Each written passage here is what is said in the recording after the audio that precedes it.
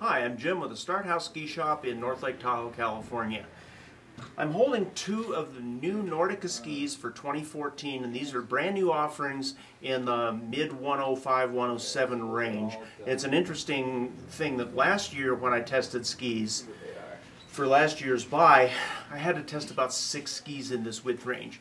When I tested this year, I tested about a dozen skis to buy the 6 or 8 that I put on the wall. So there's a ton more offerings. These are two of my favorites. These are two skis that I'm going to talk about together because they're made in the same mold by Nordica. So we have the Vagabond here and the Capo here.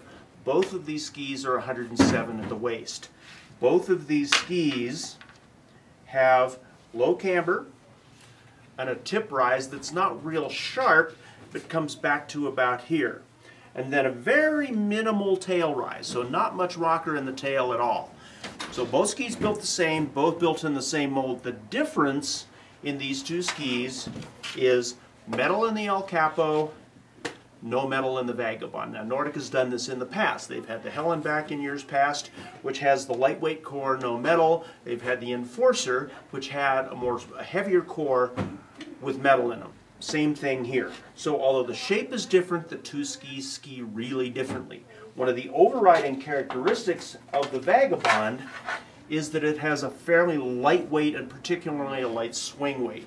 The tip of the ski is not tapered, so you've got conventional width all the way out to the tip, but on the tail here, you've got a pretty long taper. So this makes it a really interesting combination in that the tip, if you turn this up on edge, will hook up and pull you into the turn, much like a narrower 98 or 90 millimeter ski.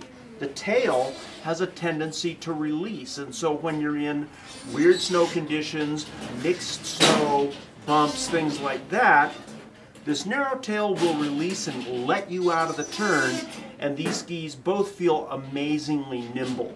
The difference between the two is hard snow grip and snow feel. So the Vagabond is lighter, poppier, and more nimble. The Capo, smoother, grippier, and more damp. The Capo naturally is a little heavier.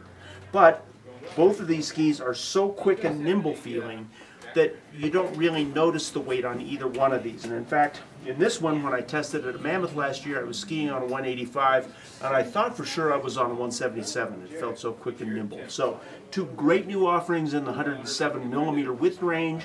These are two of my favorites in the category.